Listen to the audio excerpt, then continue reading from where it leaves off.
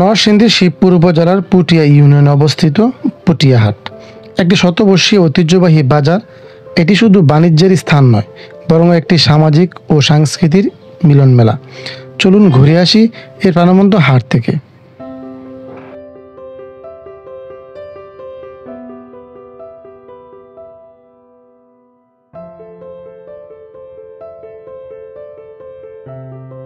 সবাইকে স্বাগত জানাচ্ছি আজকের ভিডিওতে। আজকে আমরা চলে আসলাম পুটিয়া হাটে।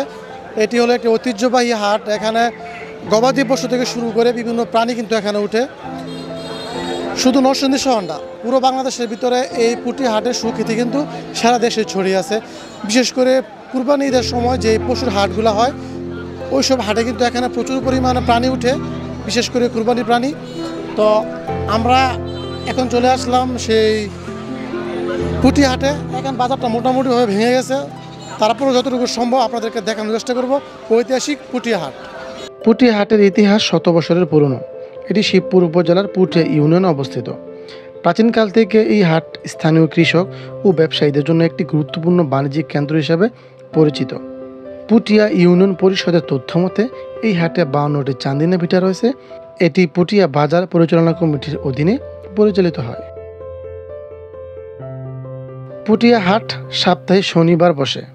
এখানে পাওয়া যায় বিভিন্ন ধরনের পণ্য, যেমন তাজা শাকসবজি, ফলমূল, মাছ, মাংস, গবাদি পশু, ছাগল, হাঁস, মুরগি, কাপড় চোপড়, বাসনকোসন এবং অন্যান্য নিত্য প্রয়োজনীয় সামগ্রী। নরসিংদী শহরের ভিতরে সবচেয়ে প্রাণী উঠে, বিশেষ করে গবাদি পশু, পুটিয়া হাটে। আমরা এখন চলে আসলাম পুটিয়া হাটে। দেখেন আমার পিছনে কিন্তু অসংখ্য ছাগল আছে, ওই পাশে আছে গরু। তো আমরা একটা ছাগলের দাম জিজ্ঞাসা করবো, দেখবো যে পুটিয়া হাটে ছাগলের দামটা বেশি না কম। দেখতে পাচ্ছি, ওনার কাছ থেকে জিজ্ঞেস করবো ছাগলের দাম আসলে কত। কাকা, ছাগল কত করে বিক্রি করেন? ছাগল তো বিক্রি করি না, আপনার ছায়া ছাগি একসাথে। এটার সাথে এটা? জি। এটা মানে কত বিক্রি করবেন এগুলো? এগুলা সব মিলে আপনার আমি 28,000 টাকা দাম চাই, এখন তো 18,000 টাকা কইছি, আমি বেশি না। মানে এটার সাথে সব দুইটা খাসির বাচ্চা।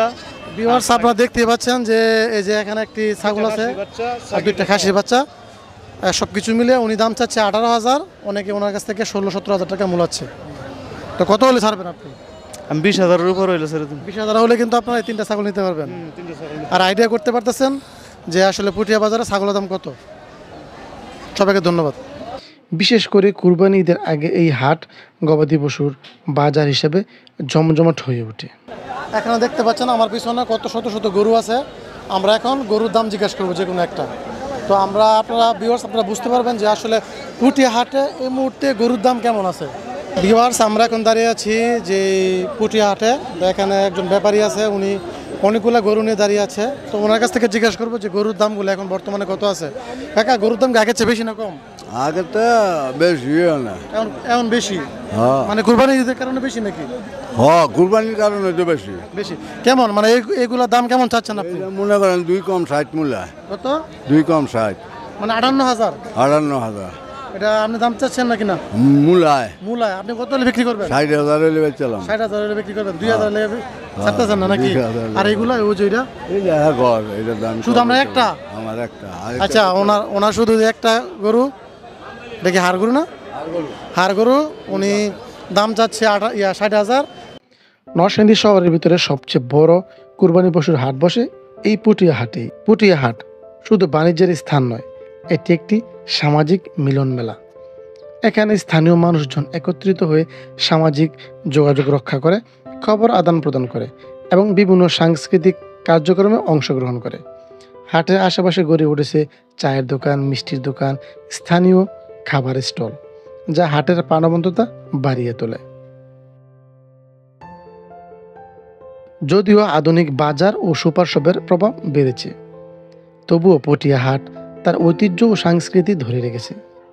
বর্তমানে এখানে মোবাইল ব্যাংকিং, বিকাশ এবং অন্যান্য ডিজিটাল সেবা পাওয়া যায়, যা হাটের আধুনিকায়নে সহায়ক।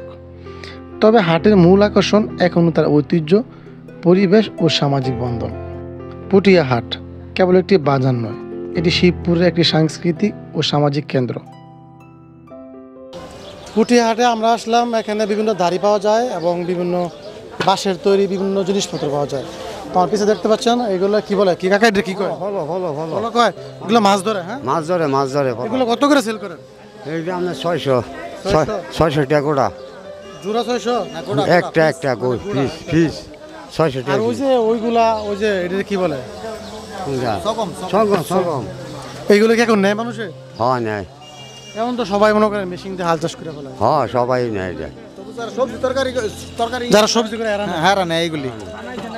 এগুলো কেন নিজেরা তৈরি করেন? হ্যাঁ নিজেরা তৈরি করি হ্যাঁ, জি মানে একটা বাঁশ দিয়ে করা হইব এগুলো? একটা বাসে মনে করেন 3-4টা ভালো হয় অনেক পরিশ্রম এগুলো বানাইতে। হ্যাঁ পরিশ্রম বিরাট পরিশ্রম আর আপনি কি শুধু এগুলো বিক্রি করেন না আরো অনেক কিছু বিক্রি করেন? না আমি এটাই বিক্রি শুধু করি। এগুলোই? হ্যাঁ আর মাছ টাছ অন্য মাছ বিক্রি করেন? অন্য আচ্ছা ভিউয়ার্স, আপনারা দেখতেই পেলেন যে আসলে এই পুঠিয়া হাটে একজন মুরব্বী কাকা, উনি এই বাঁশের তৈরি এই পলো আর কি তারা পলো বলে, এইগুলো সেল করে থাকে। এগুলো কি আপনাদের? হ্যাঁ আমার এগুলো কেমন কিরকম দামে সেল করেন? 500 600 700 500 600 700। হ্যাঁ এগুলো কি মানুষ নেয়? এখন এখন তো মই সবাই দাম। মেশিনে কাজ করে লাগে। মিশিংও কাজ করলেও লাগে এমনি খেত ছয় না পরে মই দিব গিয়া মিশিংও তো আর মই দিতে না। না না আচ্ছা। এই হাটের মাধ্যমে স্থানীয় অর্থনীতি সচল থাকে এবং সমাজের বিভিন্ন স্তরের মানুষ একত্রিত হয়।